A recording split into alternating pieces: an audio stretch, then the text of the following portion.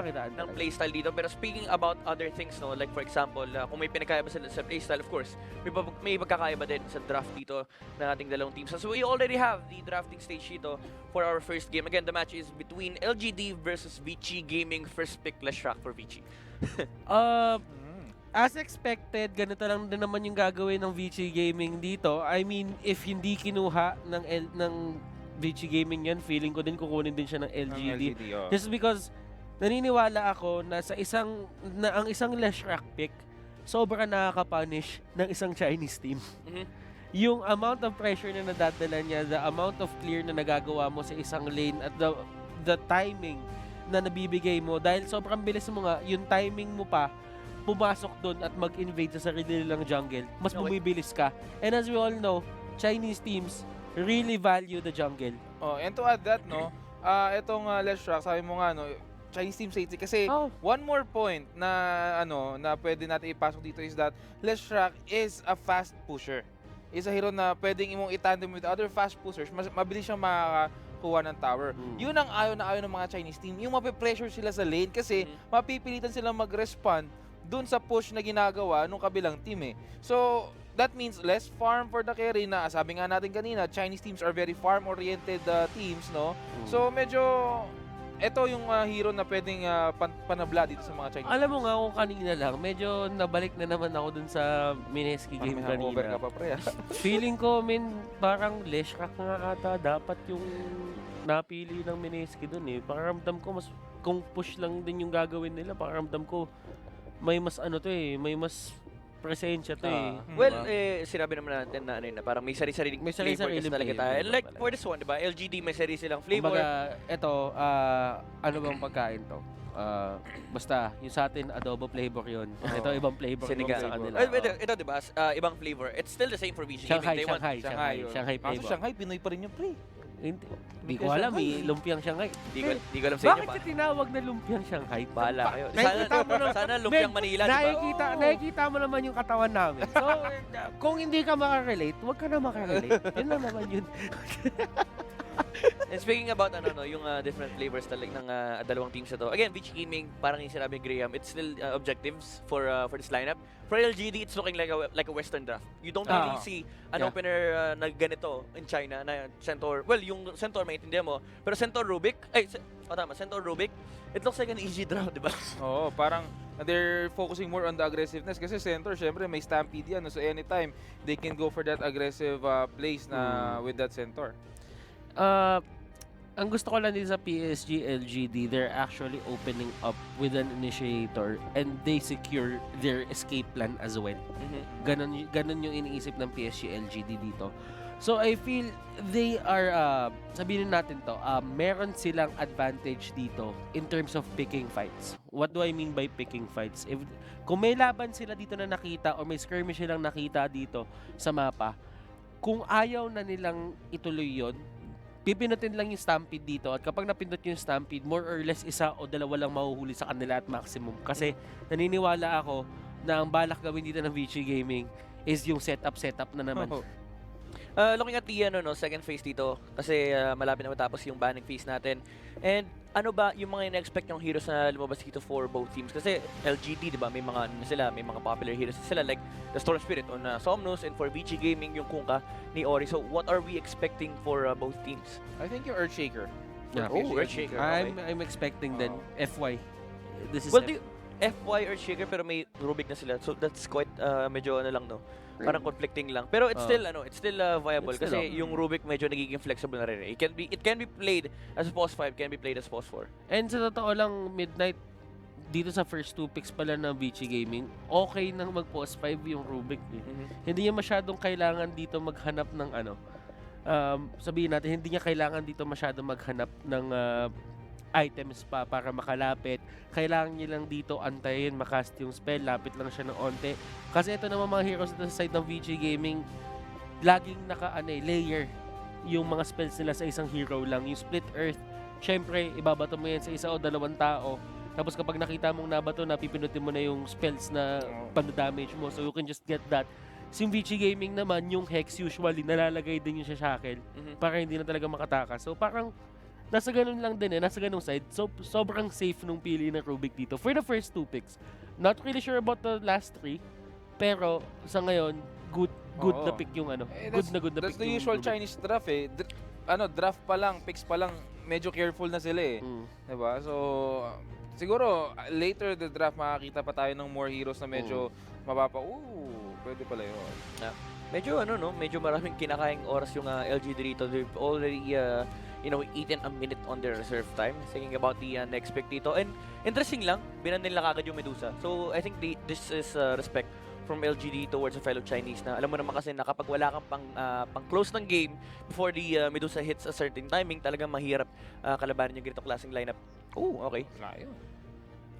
It's Nova special, yeah. It's a good way to answer Leshrac din. Like sabihin natin, yan lang din yung pinakapanlaban sa kanila, intelligence heroes. Ang cute nung sayo nila yun. Intelligence heroes technically counter each other din at times. So sabi nila dito, kuha na lang tayo ng pang pick off. Ayaw natin siya maging sobrang pesky, and if he ever goes for a Yule's build na kaya niya isalbay sarili niya every single time, let's go for a stun na hindi kailangan ng target talaga na pwede mo i-ground at pwede mo i-timing. Also, good in clashes kasi sabi mo nga yung Leshrac, no? Ayaw na ayaw ng mga Chinese yan. It actually disrupts not only yung push in jungle, pati syempre yung sa clash, no, yung kanyang Diabolic Edict tsaka yung Pulse Nova. Sobrang sakit yung throughout the clash eh. So if mawawala agad yung itong Leshrac, no, mas madali yung buhay ng PSG.LGD, and Lion has a very high burst damage. So, and also, to add, yung disables nila yun available. So, napakasakit talaga nito for PG. Yun din yung problema sa Leshrac eh. Kasi iba-iba sila ng types of, sabihin natin dito, damage output. Sabihin natin yung Lion with the Finger of Death.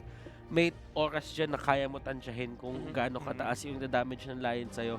Ang Leshrac kasi, hindi siya ganon. You can never calculate yung damage output ng Leshrac. Well, if you would put time on it, sabihin natin ilang seconds yung tinagal mo doon, you might probably find it. Pero in-game, I don't really think you can do that kasi nag-stack up lang yun eh. As long as it's stacking up, PSG.LGD dito, there might be a time na mali sila ng tansya at mapasok sila doon lahat at tumumba na lang sila bigla. Parang nasa ganun side dito eh. Okay. Ay, Warlock. Ang ganda ng Warlock Ang ganda ng pick. pick off. Ang ganda ng Warlock pick. Speaking about magandang pick dito, it's LGD's Kunkka. Remember, si Somnus. Remember that video? Kunkka. What do you think? Against Vici Gaming, medyo i-expect mo na ito yung Kunkka ng LGD. It will give them an advantage in terms of clash. Kasi because of the RAM buff, yun yung tutulong sa kanila na para kahit pa paano manigate yung kakaunting damage na ginagawa dito ng Leshrac, yung Diabolic Edict, yung Pulse Nova. Ang dami niyang pwedeng gawin. It actually gives you the extra HP din. It gives you the damage reduction that you need. Yeah. And it provides stun din para sa mga tao. And looking at Vici Gaming right now, kapag nahuli sila ng X-Mark tapos yung both combination, parang walang mabubuhay talaga sa kanila dito. Oh, okay. Pero on the other side naman, Vici Gaming, no, yung Fatal Bonds at saka itong massive AoE damage na pwedeng ibigay ng Vici Gaming, masakit din to. Alam mo, Graham, tama yung idea na talagang Fatal Bunch tsaka yung Diabolic Edict yung pinaka magiging problema dito sa side ng PSG.LGD. But at the same time, you have to look at Wraith King dito eh. They get a someone na bumubuo talaga agad ng Radiance, at kapag nadala niya yung Radiance na yun, damage output kumakalat pa sa lahat. So, saan kayo mapwesto doon? Yeah, it's very hard for LGD to find a decent solution against the lineup of Vici Gaming. But at the same time, meron ba naman tayo last pick dito? So, I think the last banning phase would say a lot about the next pick ng LGD dito kasi sila naman yung last pick. So, they don't have to worry about the possible matchups or yung combinations ng Vici Gaming dito. They can definitely answer with a decent kid. I think Juggernaut is still up for grabs dito ng LGD. Paborito ni Ame yan. Especially the anti-mage din. Anti-mage. Pwede anti-mage dito. If they want to go for it, kayang-kaya. Pero Vici Gaming, paramdam ko, there's a chance na maban nila yun. And binan ng PSG.LGD dito yung Omni-Knight. So, they have an idea kung ano yung gusto nila talagang gawin dito. So, Vici Gaming dito, they have the last pick. I think they're looking for an off-lane hero against LGD. So, what are the other possible? Kasi natanggal ni Omni-Knight eh. What are the other possible off-lane heroes here for Vici? To close out the draft. Maybe a hero na medyo mataas yung damage output kasi, well, physical damage output to be exact kasi medyo heavily reliant ang VGA. Oh. Okay. Okay. I was Chinese, thinking Chinese more, special. I was thinking more on the lines of Abaddon. Ay, Abaddon or Underlord. Okay. Nasa ganun lang siya eh. Pero, I get the point kung bakit sila dito gumamit ng isang Abaddon just because the burst damage na nagagaling talaga sa PSG.LGD napakataas. You have the double edge, you have the finger of death, even Fade Bolt works as a burst. So, kailangan mong alalayan yung teammates mo. Yeah. Napaka-tanky ng front ng Vici Gaming. Meron kang reincarnation, meron kang ultimate dito ni Abaddon, no? So, once na naubos, pero Terror Blade, I think that's a perfect counter. Well, sabi ng Vici Gaming dito, actually Vici Gaming din yung nagbigay ng hint eh. Na tinanggal nila yung Naga Siren, that means ayaw nila dito ng Illusion Hero. Yeah, one of the talaga counters kay Wraith King. So sabi nila, di sabayan na, hindi ako direct counter sa isang Wraith King, pero kaya natin sabayan yung push capability ng isang Wraith King. So sabi nila, kahit magkaroon ka ng mana all throughout, okay lang. Basta ako, malayo ako, hindi mo ako malapitan. At alam ko naman na Radiance yung pinakaunang kukunin mo, hindi ka magda-dagger agad, hindi mo ako malalapitan. Yeah. Pwedeng-pwede dito yung Terror Blade. And it's familiar territory din if you remember, diba, yung TI8 finals last year, they had a Centaur kung Terror Blade din as well. So it's something LGD they know the ins and out of this kind of lineup. And it's very interesting lang kasi yung difference talaga, it shows right now, draft pa lang. Vici Gaming, they're really focused on the certain aspects of the game, and yung LGD dito, mas reliant sila in terms of the comfort heroes na nakakuha ng play nila, and it speaks a lot, diba? Kunkka tsaka Terror Blade, talagang kitang-kita natin ilang beses na ginamit ng LGD dito. So it's gonna be just an interesting match. So for you guys, ano sa tingin nyo yung magiging possible outcome dito, or what are your any other thoughts about the draft? I would have to side with Vici. Vici, right okay. now, kasi kahit sabihin mong wala silang pa-counter, the Leshrac is still there. And kung hindi man makuha ng TB yung spike niya, the Leshrac will go for the punish. Okay, so Terror Blade because of... I mean Vici Gaming because of the Leshrac against Terror Blade. So, ikaw, Graham, any other thoughts? I think I also go with Vici Gaming. Again, yung massive AoE damage na pwedeng ibigay dito ng Vici Gaming, no, with that Fatal Bonds, you have that Radiance, tapos meron ka pang Abaddon, Aphotic Shield, pag pumutok din yun, masakit din yun. You also have yung mga skills dito ni Shadow Shaman, and lalo na yung skill ni Leshrac, no? Sobrang sakit, no? And I think on Clash, PSG.LGD's lineup is also good in Clash, pero mali-disrupt yun nung mga spells na pwedeng gamitin ng Vici Gaming. So, meron tayong dito, talagang sweep for our panel. 2-0 for Vici Gaming. Vici. Ako, to be honest, I would have to side to Vici Gaming din kasi in-expect ko sila sa Grand Finals. But it is gonna be an interesting match, mga kaibigan. China versus China ang magkalaban. And Chinese community, medyo nanginginig na sila dahil malalaglag sa lower bracket yung isang matatalo dito. And the winner will advance to the next semifinal. So, the story will be told to you by Butters and Graham. Please take the floor. Papasok na tayo mga kaibigan sa game number 1 ng PSG.LGD versus Vici Gaming, and this is going to be a fun match kasi Chinese versus Chinese tayo dito, and tingnan natin kung paano lalaroin to. It's all about the execution, and rinig na rinig nyo ngayon yung Mercedes-Benz Arena, naghihiyawan talaga lahat. No, paring Butters, tingin ko, it's gonna be a long game eh. Although, sabi mo nga kanina, sa draft pa lang natin, Vici Gaming is a very aggressive team. And with this lineup na meron sila, they have all the right to be aggressive, pare. So, medyo, I think we'll see more aggression coming in for the side of Vici Gaming. Pero PSG.LGD, we forgot to emphasize na meron silang Stampede, no? So, pag naunahan ito ng PSG.LGD or ng Vici Gaming, pwede silang mag-Stampede out real quick. And kung titignan mo dito, wala masyadong nangyayaring contest in terms of the bounty runes kasi alam nila dito na both of the teams kailangan nila makuha yung mga levels nila kahit paano. And hindi yan yung mga... pero PSG.LGD, they will actually try to go for this. Well, tatlo din kasi sila dyan. Oo, tatlo sila dito. Pero I think makakuha ng advantage itong PSG.LGD. Tatlo ang nakuha nilang runes and mukhang iisa lang dito ang Vici Gaming. Well, siyang hindi niya din naman talaga na-expect or hindi niya siguro nakinig sa mga kampi niya na nandun yung nandun yung dalawang support ng LGD dun sa may bottom, pero sabi nila dito, nila Yang, okay lang naman, Rasta tuloy, Shadow Shaman sama ka dito, pero Somnus and eto si who's this, Ori on the Leshrac, sila ang magtatapat dito sa may gitna. Dito sa matchup na to, Oo. Graham, sino bang pinapanigan mo dito? I think this is actually, sabihin ko pa lang kanina, no, sa matches sa may mid lane, this is two of the best mid laners pagdating sa China, and I think given the experience, no, I think sobrang ako dito, and also the hero. Medyo maharas ng konti itong si Ori. But on the that top mid lane, there's actually an aggression coming out dito for Vici Gaming. Somnus dito will actually dodge, use split earth. Hindi sila masyado mag-isip dito, pero look at that.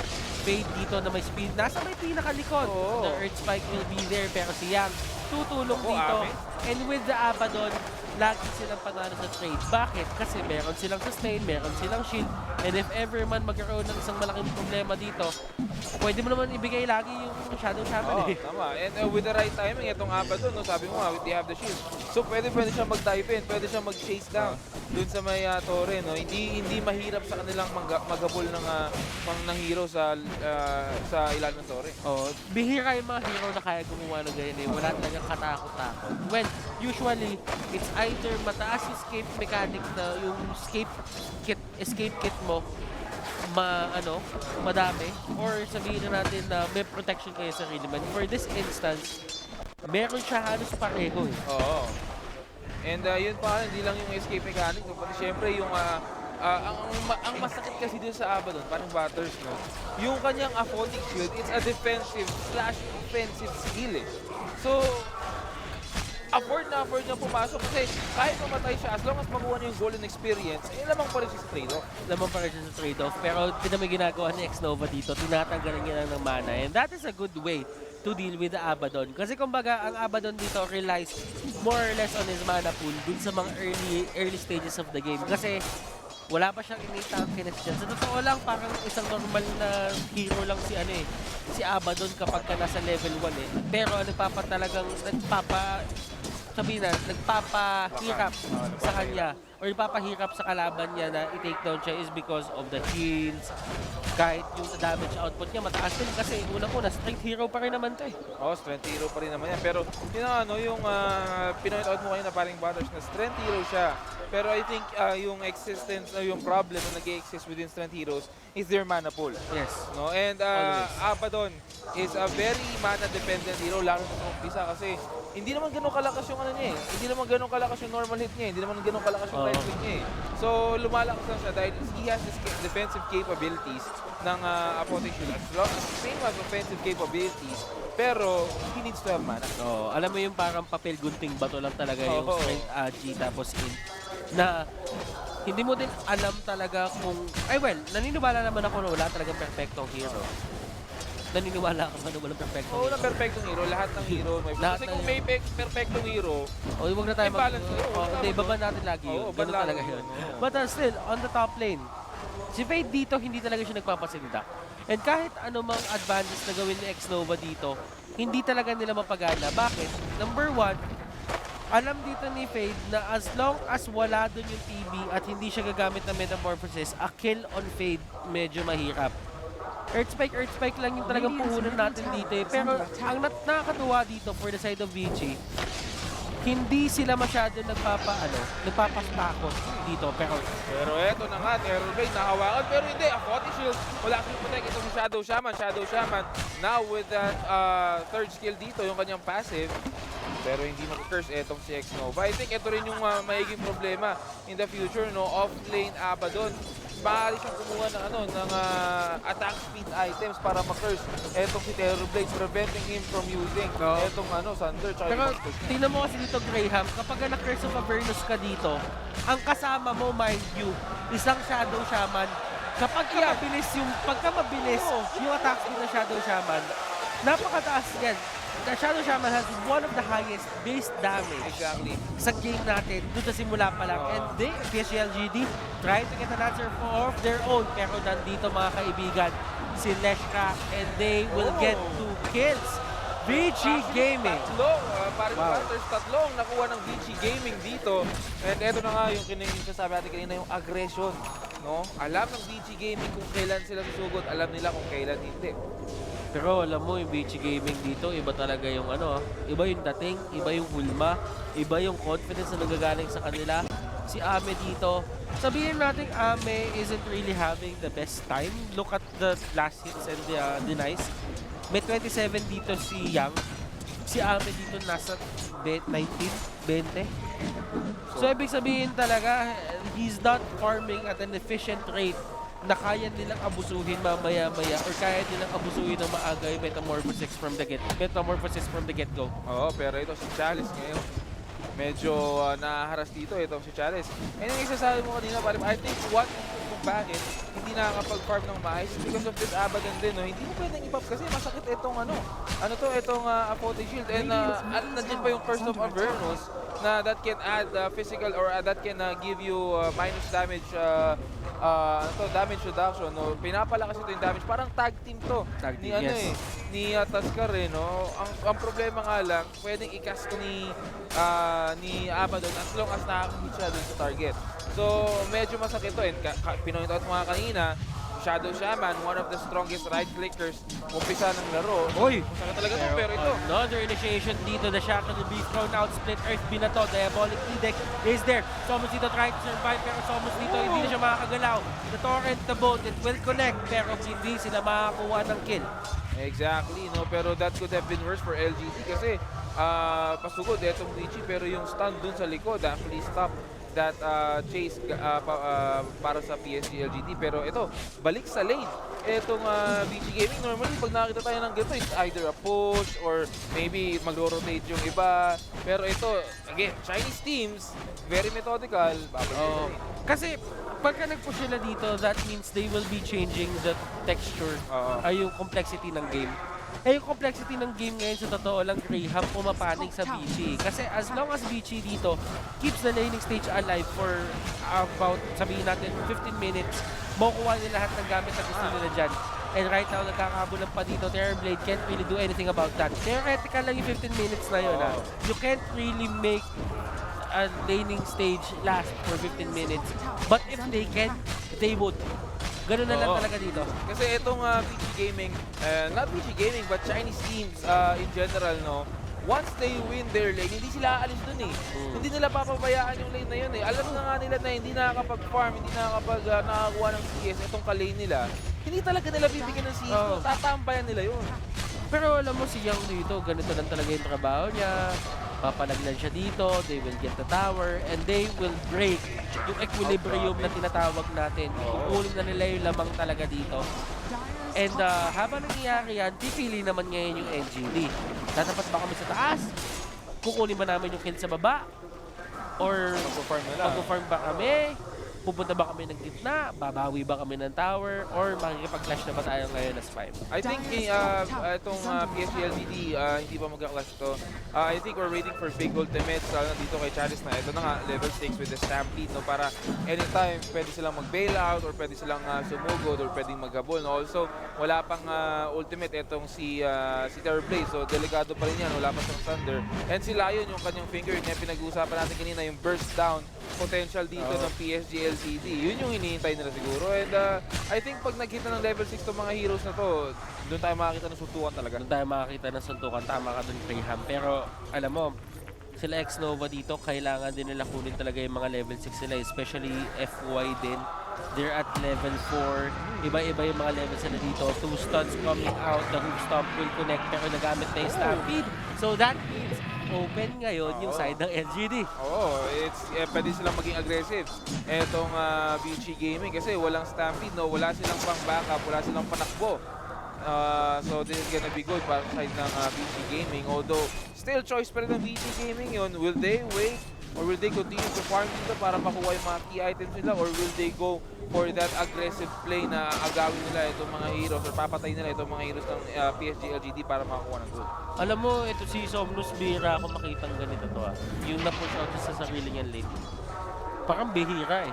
Actually, no? Hindi mo talaga nakikita. It's either nag-dominate siya o umiikot siya. Pero yung mapupush out siya sa lane niya just to get the stacks. That is very uncharacteristic for Somnus to actually just get pushed out. Parang parang na one-upan talaga siya dito ng Vici. Hindi yung katapat niya, hindi si Ori. Hindi siya na one-upan because of the rotations na ginawa. Natakot na rin si Somnus dito masyado sa may gitna Na tumambay. Pero ito, speaking of Somnus, there goes your X-Mark into that turret and Ghost Ship will actually kick in. Pero may damage ba? Wala. No follow-up damage coming in for the side Nakita ko yung pump fake. PSG.LGD. Narinig mo yung pump fake? Si Warlock, kakas niya yung ulti niya. Pinatunog niya.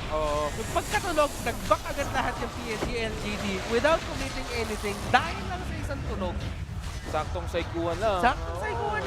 Saktong saikuan lang ginagawa dito ng Vici Gaming. Pero ito, speaking of Vici Gaming, yung tower, ito yung sinasabi natin kanina, yung push potential na meron yung Leshrac. And ito na nga, yung point ko kanina, lumapit 4 heroes from PSG.LGD. Again, this is not, pag natatalo ang PSG.LGD pag hindi mo sila napapalaro dun sa laro nila eh. At hindi nila laro to. Tama ka doon, Graham, hindi nila laro to 100%. And kapag hindi napigilan to ng LGD, I'm sorry to say, this is going to be a very fast, very quick match. Na hindi natin alam kung ano nangyari. It's just that Leshrac, Wraith King, and Abaddon is doing work alongside yung Warlock and yung Shadow Shaman. Yung lineup talaga nila run and gun. Run and gun talaga. And nakita kasi natin, no? Win one clash and then push. Ito yung balak nila. Pero ito, there goes your boat. And mamamatay. Ito yung Shadow Shaman. Somnus getting a little bit of that price para sa kanya.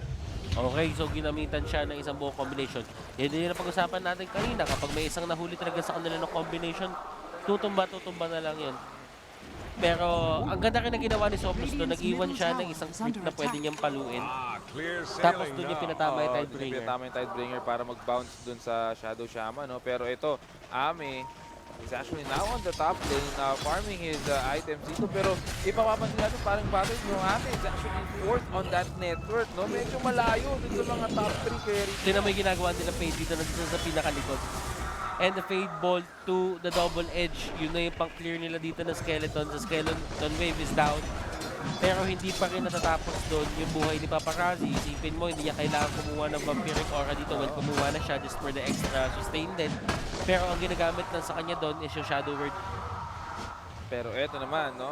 PSG.LGD mukhang, again, the farming game, the Chinese farming game ang ginagawa dito ng PSG.LGD. They know na natalo sila sa lane eh. Natalo sila sa lane. They can't stay on the lane kasi nagsisimula ng umili itong Vici Gaming. Speaking of umili, eto nga, nag-smoke na etong Vici Gaming. Alam ng Vici Gaming na na-push out na namin sila dun sa farm site nila, dun sa jungle nila. Maghahanapin namin sila. This is VG. Alam talaga nila kung paano abusuin yung power spikes nila. And LGD naman dito, para medyo nawawala sila. Tingnan mo yung mga supports nila dito. One support is actually thriving and one is not. Etong Warlock natin dito, nasa acceptable levels pa yan eh. Na kumbaga, tanggap na natin na talagang Shadow Shaman yung magiging priority dito. Pero ang pinaka-problema lang talaga dito sa LGD, masyado atang na behind dito yung isang support nila. Nasa 985 pa lang here, parang 300 gold lang yung natira sa'yo, ay yung dadagdag sa'yo all throughout. Parang nasa ganun lang eh. Oo, pero this is bad para sa side ng PSG.LGD, no? And I think, eto na nga, no? Parang yung Vici Gaming na nang didikta dito ng pace ng laban. Pero ito, here comes Ori right now, being saved by Abaddon with that aquatic shield. So magbaback na lang ito. Okay, so Chalice dito, still going up against Paparazzi. Paparazzi on the other hand, wala na siyang pakialam sa totoo lang. Meron na siyang Midas, nag-ramp up na yung farm niya even if hindi niya makuha halos lahat ng creeps na pwede niya makuha dito. He has the Midas and he's getting, sabihin na natin, 5 creeps, a full creep wave every minute or 2. Pero with the Fatal Bonds, magkakaulihan dito, wala silang mahabol. Wala silang mahabol. Definitely wala silang mahabol dito. Wala yung Stampede. If ever borrow time is up. X-Mark into that turret. Pero ito, Yang still taking a lot of damage coming into Terror Blade. Pero again, Meron pa siyang ulti dito, may borrow time pa, hindi niya mapapatayan. Pero on the other hand, etong si Ori Challenge is faking that stun right now, pero masyadong malayo. Etong si Challenge, pero darating. Etong si Rubik to save, etong kakampi niya. And I think Challenge will be saved and safe. Uy, pero ito, yung Vici Gaming, no, action on all 3 lanes. Kung sa mid, naghahabol itong si Ori. Dito naman sa may top lane, pupush etong Vici Gaming. And right now, this is the perfect move coming out from Vici. Talagang pinipilit nila dito yung LGD na sumagot lang sa kanila. Wala kayong pwedeng gawin na papanig sa inyo. Ang gagawin nyo lang, lahat ng gagawin namin, susubukan nyo pigilan. Oo. Yung Lion dito nakakabawi na, nakaka-farm na rin siya sa X-Nova. Pero will it be enough? Kasi yung mga supports dito ng Vici, naniniwala ako nagsisimula na din magbuo na sa kanilang items na yun.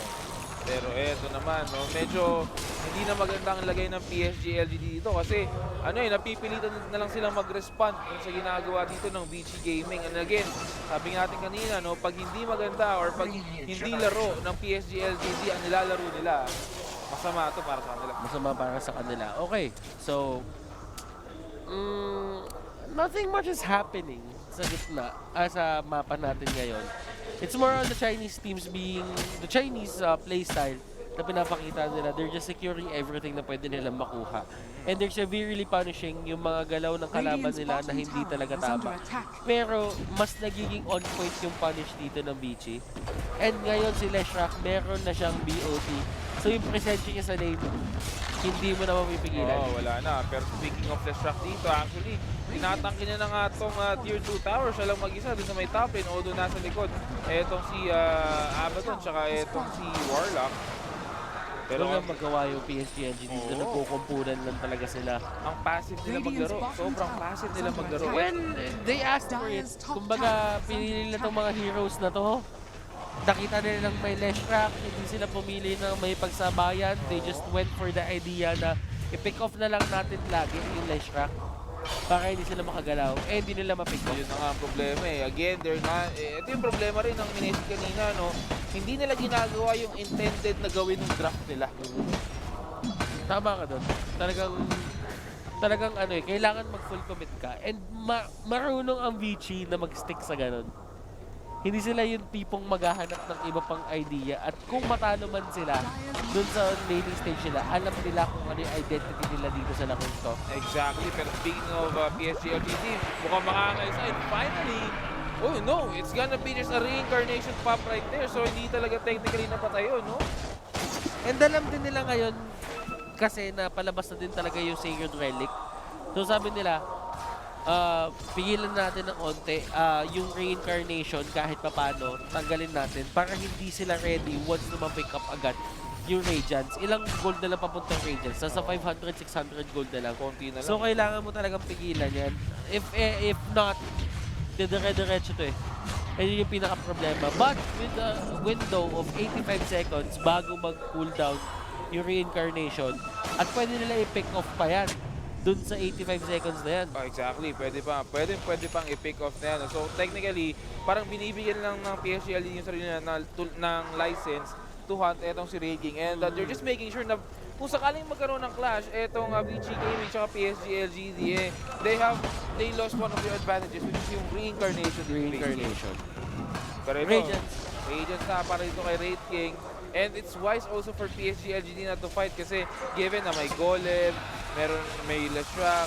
I mean, all ultimates are up para sa side ng Vici Gaming. So I think, umiiwas din itong PSG.LGD hanggang magkaroon siya ng BKB na binubuo na nga ni Kungka ngayon. Will it be enough? Yun yung pinakatanong. Kasi hindi naman si Kungka talaga dito yung magdadala eh. Oo. Well, kanina dapat si Kungka yung magdadala. Pero Terrorblade is with the Manta style as well. Pero ang tanong, kakayanin mo ba yung damage output ng Vici dito at the meantime? Kasi kung isipin mo Fatal Bond, Diabolic Edict, ang daming ways para i-take down dito yung LGD na hindi nga nila kailangan talaga halos lumapit sa isang Terrorblade at Masunder. Wala silang kumbaga parang sabihin natin, wala silang katakot-takot yung sa Sunder na yan. Pipilitin nila yan at iisipin lang nila na kaya natin i-pick off yan. Kung Masunder man si Wraith King at meron siya reincarnation, okay, round 2. Laban lang, di ba? At ako may chance pa akong mabuhay kasi tanky din ako, tapos may Radiance ako. Ikaw, kapag hindi mo ako napatay agad, ako bahala sa'yo. And not to mention, meron pa siyang Abaddon na backup na sobrang tank rin. Parang dalawa rin ang buhay na itong Abaddon dahil dun sa borrowed time Alam mo, Graham, maganda rin yung kuha nila ng item dito. Meron din silang Crimson Guard. Kinuha na nila para kahit papano, yung galaw dito ng skeleton, mapigilan nila kahit onto X-Nova dito, getting caught out, Stampede is there, stun dito, binato, Finger of Death, the Hook Stomp is there, and makukuha nila yung pinakaunang stack dito ng Finger of Death. Wraith King on the middle lane will get a drop, pero he has Reincarnation, he can get back to safety. Ano problema tong Reincarnation ng Wraith King actually. I was looking at the lineup ng PSG.LGD, wala talaga silang heavy burst So technically, yung first life ni Wraith King on flashes, mapapatumba nila. Pero after nun, anong matitira sa kanila? Diba? They have the skills to take down at least one Wraith King. Pero ayun na, after the Reincarnation, walang silang skills dito. I mean, pwede naman. May Manta style na si May Manta style na si Terror Mage. So I feel that they have the damage output, especially with the Metamorphosis. Pero kasi, nakikets ko yung sinasabi mo na hindi talaga kaya ng damage output dito ng TV ngayon na solohin halos yung Wraith King. Kasi kapag nirolling niya yung Wraith King, ibig sabihin, he has to stand in one place, stationary lang siya, at batuan niya ng batuan ng right click dito, yung Wraith King. Hindi magiging okay yun para sa kanya kasi laging at laging merong damage output na darating sa'yo kasi nandyan din si Leshrac, nandyan din yung Fatal Bond. Kapag ginawa mo yun, parang nasa alanganin ka na agad. Alanganin talaga kasi wala ka nang ibabatong spell Wala ka nang ibabatong spell. Ano pang ibibigay mo after mo? Let's say, Metamorphosis plus the Sunder after nun, what, diba? Hindi pa naman low cooldown yung Sunder mo So that's actually bad para sa side ng PSG.LGD. I think ang kailangan gawin ng PSG.LGD dito is to stall the game. At least be passive hanggang sumugod yung Vici Gaming kasi susugod naman yung Vici Gaming towards towards the base ng PSG.LGD So I think ang kailangan ng PSG.LGD dito is one good clash or either one good defense, 4 to 5 man kill and then counter push. Dun sa Hoy! Ay, Diyos ko po! Ay, hindi. Walang lukso ng dugo. Walang lukso ng dugo. Walang amuyan. Hindi nagkaamuyan dun yung dalawa. Magkatabi na nga lang. Pero alam mo kung nakita yung layon doon, feeling ko sasabog pero eto na nga yung laban natin dito.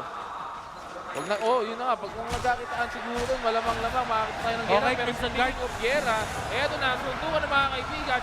There goes your golem being dropped right now, pero napakababa na ng HP dito ng PSG.LGD. Although, eto si Shadow Shaman, mamamatay. And lalaban pa rin ng PSG.LGD dito. Bakit para dito kay Si Ame nahuli. And Ame will be caught out. Thunder is already not available. Mamamatay si Ame, 53 seconds out. Etong Terror Blade natin. Samantala, on the other hand, there's two clashes happening dito. Chanis taking. Tinamaan ang dito. The Torrent, wala kinapit. And lalaban pa rin. Etong Vici Gaming, mamamatay. Eto Tino mo pa. si Red King dito. Si Red King dito gusto lang talaga ng away. Lahat ng rumble, sinalihan niya sa may pinakagilid. Shaken, nandun sa may likod. Tumalon, tayo mag-rumble ulit. Talagang basag ulo lang hapon dito Basag ulo lang gusto rin papangas dito. Yan, palo, saan mo, palo. Si Somis dito nag-BKB na. Sa sobrang tagal ng flash, dalawang BKB na halos yung nagkama ni Somus. Basag ulo lang talaga si paparasin men. May patag nang dumating, lahat dumating na. Pero nandito pa rin sa harapan si Abaddon. Ang daming nangyari. Ang daming nagawa, ang daming napatay. Pero nandun pa rin siya. Men, ano nangyari? Ewan ko pre, kahit ako nagulat din ako nag-buyback na at namatay yung Shadow Shaman, buhay pa rin Ewan ko nag-buyback na-deads na uli. Ang dami nangyari. Paparazzi nasa gilid nyo. Sakto yung Mr. Basag Ulo 2019. Pre, sakto yung picture niya, kamot ulo kamot talaga. ulo. Wala. Kamot ulo, Basag Ulo. Kamot ulo, wala silang magawa sa akin. Kamot ulo, ano kayong gagawin ko? Ano kayong gagawin nila, diba? Wala. Ewan ko, pero rating talaga dito. Isipin na natin si rating ay isang pader. Isang pader. Sobrang At laki hindi natin kasi pwede tawagin siya yung Great Wall of China kasi dalawa sila nasa China sila So walang pader yun. Nandun na sila Parang yan yung pader sa sa Shingeki no Kyojin. Pwede naman. But still, the thing is, siyang dito napakatapang. Ito yung pinaka-problema talaga nila. The fact na kayang pumasok nila ng ganyan, at mukhang hindi pa siya mapapalit dito kasi may barrel time eh. Pero ito, Yang medyo iniiwasan dito. Delikado siya pagkatapos ng barrel time. Pero yung boat, will actually kick in. Will actually hit dito. And Yang mukhang mamamatay. And look at the commit na ginagawa dito para sa isang Abaddon. Oo. Kanina mo gagawin yan, kay Abaddon o kay Rafting?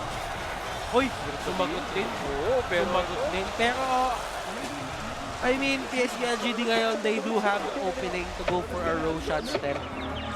At naglabasa na dito yung mga chat lines, yung mga voice lines natin. Matik yan, no? Medyo nakakamiss nga yung lakad matatag natin, no? Medyo nabawa. Hindi nila ginagamit yung lakad. Ginagamit nila yung sariling kanila. Oo. Hindi, kahit sa OG, hindi ko na masyado marinig. Dati spam yun. Meron silang isang favorite ngayon na bago eh. Ano yan? Hindi ayoko sabihin eh, baka mali. Pero mamaya papakinig ko sa atin. Matinig natin yan mamaya, no? Usapang chattel tayo dito habang yung dalawang teams, kumalma muna, pre. Medyo saktong kalma. Naubos ata yung ano nila, yung lakas nila sa nakarang clash. Pero Min, ako nagsasabi sa'yo, si Fake King doon kung nakita mo yung itsura niya. Alam mo yung tipong may away na nangyari. Tapos, siya yung tipong taong may pupuntahan isa, bibigwasan yung isa, tapos tatakbo siya dun sa may kabilang dulo, bibigwasan niya din yung Pre, kabila. parang ano, alam mo yung napapanood sa action movies? Yung mga ano siya lang mag-isa, tapos lahat na pupuntahan niya. Lahat na pupuntahan niya, pero buhay pa rin siya. Buhay pa rin siya, di ba? Pero si Somos dito, ang ganda ng build. Kaya hindi makalaban agad dito kaya hindi mananalo agad dito yung BBG. Dahil sa build ni Somos, yung Radiance na yan. The amount of clear na nagagawa and the sabihin natin the confidence na yung Shadow Shaman hindi mapipwestuhan agad. Hindi mapipwestuhan dito agad-agad ng Shadow Shaman ng basta-basta yung Serpent Wards kasi kailangan niya din ilayo sa Kunkka. Yung Kunkka isa yan sa mga tipong taong kaya na lang pasukin yan at pasagin kasi meron din siyang certain amount of evasion at tanky din kasi ang isang Kunkka talaga. Super tanky ng Kunkka talaga. Isipin mo pre, no? Ako naglalaro ng 5 games dito sa Kunkka. 3 Bracer lang kailangan ko, hindi na ako mamamatay eh. Grabe yung isang Kunkka talaga ngayon. Tapos meron pang pero ito na naman. Ang sunod na basag ulo. Mag-aala action star kaya na naman itong si Racing. Pero alam ng LGD na may tao doon. Nabasag yung nila, nabasag yung sentry. Yung sentry, no? So nakakutuba na. Nakakita na ng Vici Gaming doon yun. Pero ito PSG.LGD, medyo pre, no? Kanina, ito siya sabi ko kanina medyo passive sila eh. Pero nakakita sila ng opportunity na mag-strike. Para sila yung mga ahas, pre. Yung mga nag-aabang ng ahas, sabay tutuklaw sa'yo. Gagano sa'yo, Ganun lang? Tama mo. Paano ulit? Isa ba? Oh, yun. Ginawa yung 3 beses. Alam na. Pero dito nagkaroon ng Yule sa Split Earth is there. Si Sentong dito, unti-unting ginagawang tapa na Torrent will stop the Abaddon on his tracks. Walang mangyayaring Curse of Avernus.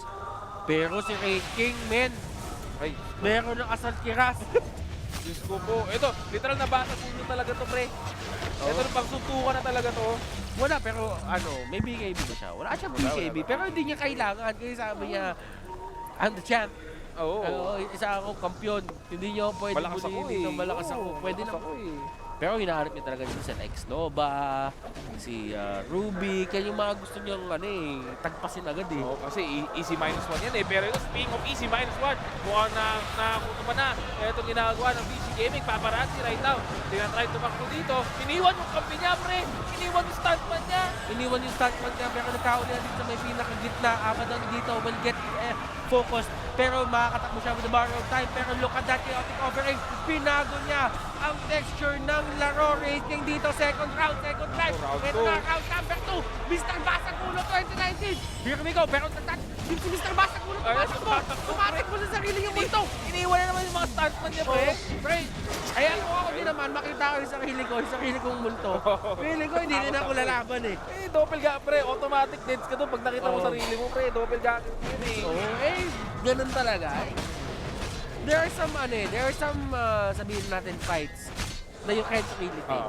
And sadly for VG, kinuha nila yung team fight na yun. Ang ganda ng bato ng chaotic offer. There's no doubt about that.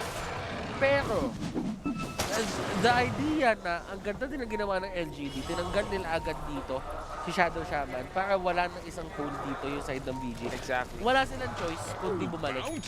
Wala silang choice kundi umalis. And then, doon nag-respond yung PSG.LGD, no, na, hindi, tatakbo, puli namin kayo, di ba? Oo. Hindi pwedeng walang ganun. Oo. Kailangan may ganti lahat. Pero ito, Vici Gaming, natalo man sa Clash, manalo pa rin sa Roshan. Okay, pero alam dito ng alam ng LG dito. And LGD, ano nga ba magagawa natin dito? Merong boat na pwede ibato. Torrent is there, nagkahulihan. May stun, racing dito, still alive. Tingnan natin. Pero eto na, tingnan natin yung Clash in the middle of that ocean. Here comes her boat coming in. Matatamaan etong si Race King, pero lalaban pa rin.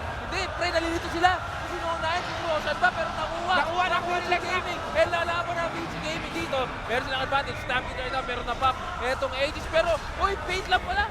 Nasa baba pa rin napatay etong center where ano the stun into that Torrent na slow. Na-slow sila lahat. Pwede maghabulan dito mga kaibigan. Eto na, nag-team A, team B na dito. On your team A, it's Ame.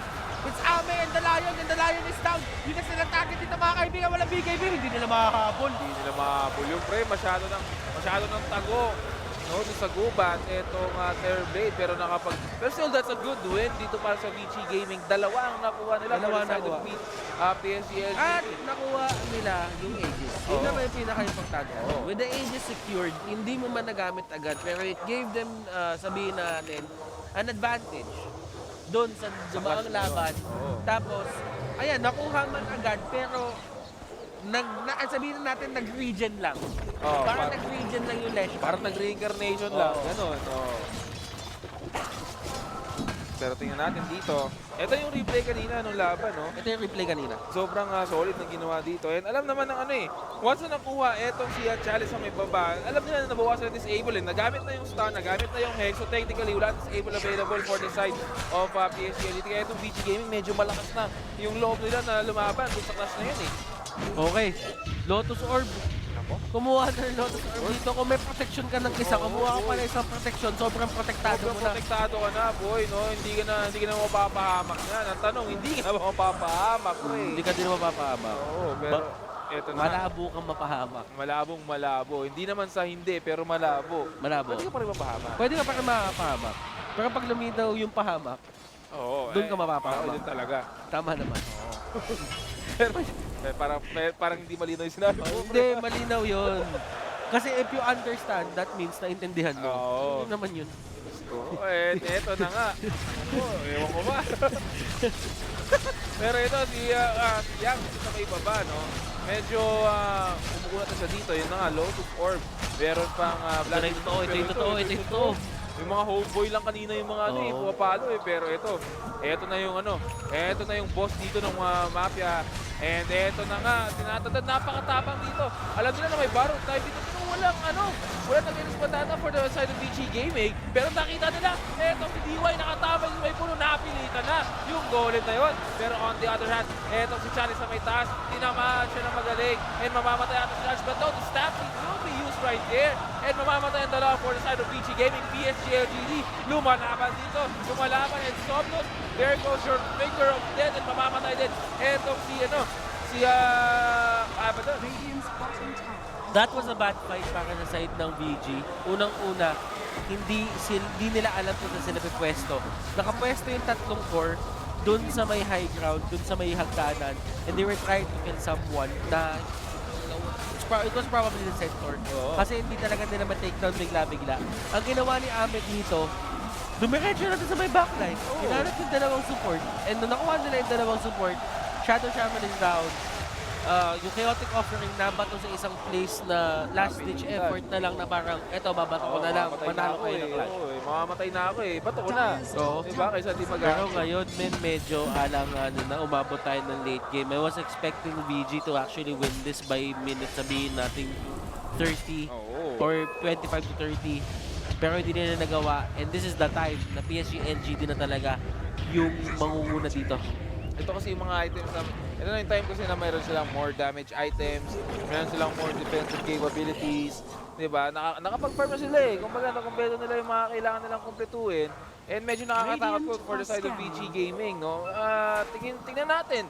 Vici Gaming, pwede pa naman silang mag-scale ulit. I'm waiting for that agad ng scepter dito ni Warlock. Kung makabuo ng agad yun. No? So, Makabuo ng agad. pwede yun. Pero ito, delikado. Itong pumapatay sa kanila yung reflection eh. Oo, yung reflection talaga, no? And yun yung nakakatakot din minsan kay Terrorblade kasi habang nag-i-scale yung kalaban, etong reflection, yung skill niya, nag-i-scale din eh. So, sumasakit din talaga yung reflection dito. Kailangan nila mahuli yung ano dito. Kailangan nila mahuli agad yung TV. Oo. Kasi kapag nakita nila yung TV stun nila, wag nilang paggalawin. And sobrang hirap nun ngayon kasi si Rubik, meron siyang apotic shield. Nakakuha niya pa So ng kapag ka protect na-stun man dito yung Terrorblade, hindi sila magdadalawang isip na gamitin yan doon at paggalawin niya. Kasi pagka yan gumalaw, ang daming ways yan para pigilan yung teamfight nyo. Yung isa, reflection, yung isa, yung thunder, and probably the metamorphosis will do the trick kapag kini-clear out na kayo ng buong lineup ng PSG.LGD.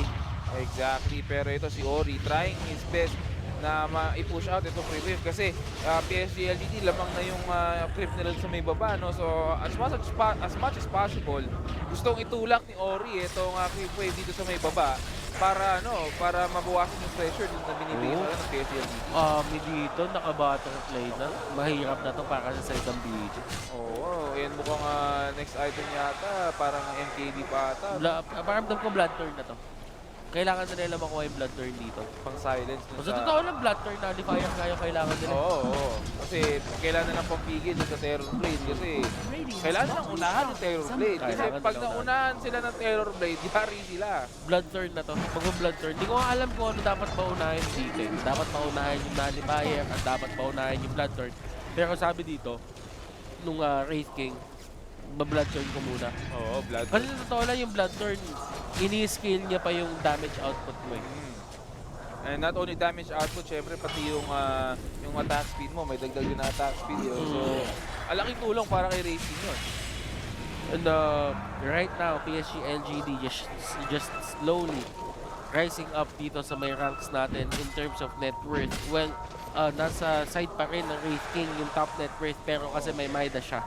So, alam natin yan kung bakit siya talaga nandyan sa spot na yan. And sa totoo lang, ang kalaban niya for the first 15 to 20 minutes of the game was creeps. All creeps. Exactly. Pero ito, pre, yung network lead natin, 3K gold lead sa PSG.LGD, dumaustos na yung gold lead pababa sa PSG.LGD. So, this is gonna be a very good time. Pero ito, mukhang gustong bawiin ng Vici Gaming itong lead nila. Hindi nila alam, parehas sila pre na nakasmoke. Pwede silang magulihan dito. Tama yung pinupuntahan ng BG dito. Nasa alanganin dito yung LGD. Papunta tayo sa shrine ng BG. Kung dyan, maaabutan nila dyan. That could be the fight na hinahanap dito ng BG. Ito, ginamit. And they will go in. Tingnan natin dito, Centaur will pop yung smoke dito ni Ori. Buhay siya, pero si Chalice na dito sa may pinakagilid na pop niya na lahat. Sayang yung pwesto sana for the side of BG, pero ang talino din ang ginawa ng LGD. Nung nakita nila walang tao doon, nag-scatter sila agad at pinop nila yung mga sod. Kasi na-realize din ng Centaur na, may sod tong mga ton. Hanapin ko nga.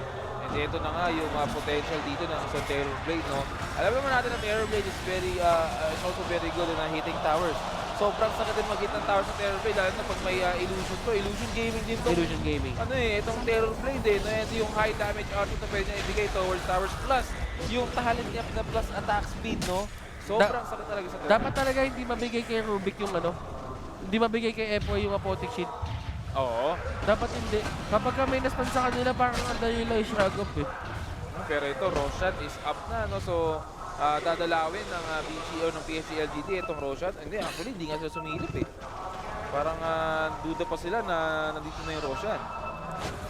Pero sabi nila dito, tamang init lang siyang dito ang magiging next target nila, reflection will be used. Lotus Orb dito nagkahabulan and they will catch D dito. Can he do something? Masyadong mataas yung damage output na ginagawa dito ng LGD. The torrent will be there. Yang dito mahuli sa may gitna yan, tomorrow time. Pero ang target nila daga dito is si Ori. Pero sa may pinakalikod, Wraith King dito getting caught out. Wraith King will die. The first incarnation torrent will be timed perfectly. BKB will be used. Naghahabol na sila dito. They will try to catch Xnova. Xnova will go down. At sa may pinakalikod, si Ori na sa may pinakalikod, tinatangkin niya lahat. And the stuns coming out from Paparazzi. Paparazzi dito, making it count. Making all the difference in the world. Pero the BKB, Metamorphosis, nagkakabatuan na sila dito.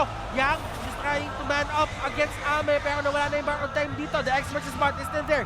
Yang nagkahulihan pa rin. Go up position, walang kahit ano. The Hex will be there. Pero nandito naglalaban pa sila. The Torrent will hit 2. And this might be the fight na hinahanap ng BG. The stun is there. Sander, meron pa! Hindi aabot mga kaibigan. And that will be a win for the side of BG.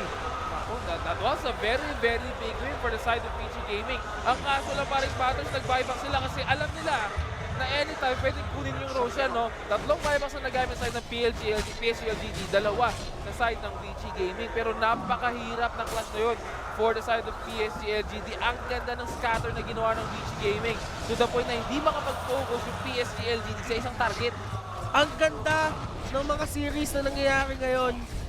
And hindi ko alam Hindi ko alam, pero bayad na bayad yung mga player natin ngayong araw na to Pre, ayan bayad na bayad talaga yan, pre. Kahit malaglag sila dito, bayad na bayad talaga yung mga yan, no? Pero hindi lang pera siyempre pati yung sarap na paglalaro ng Dota. Pero ito, mukhang etong si Center War Runner hindi masasarapan dito. Pero here goes sa staff speed, hinahabol nila itong si Ori. Pero sobrang kulang yung damage ng PSG.LGD and may iwanan si Challenge. Pag sa Challenge will go down, pero dalawa yung mamamatay sa side ng PSG.LGD. Eto na, yung stuntman natin namatay. Round na dito, rating will quickly blink out. Dito hinahabol and mamamatay ata si DY. Walang buyback yan. This is the game of buyback. And eto na nga yung PSG. Already mamamatay din. No buyback. 5 seconds na wala. Etong si Rain King. Shadow will also pull down. That's 95 seconds. Pero may buyback yan, pre. Hinahabol naman nila. Etong si Abaddon. Ang bot air ng power time is wala. Apat ang patay. Isang sugatang sa side ng BG Gaming. Vici Gaming dito, dropping the ball, and sabi dito nila Chalice, tapusin na natin ito, VG will tap out. VG will call GG. We will be heading to game number 2, the 1-0 na dito ang LGD. Exactly, no? PSG.LGD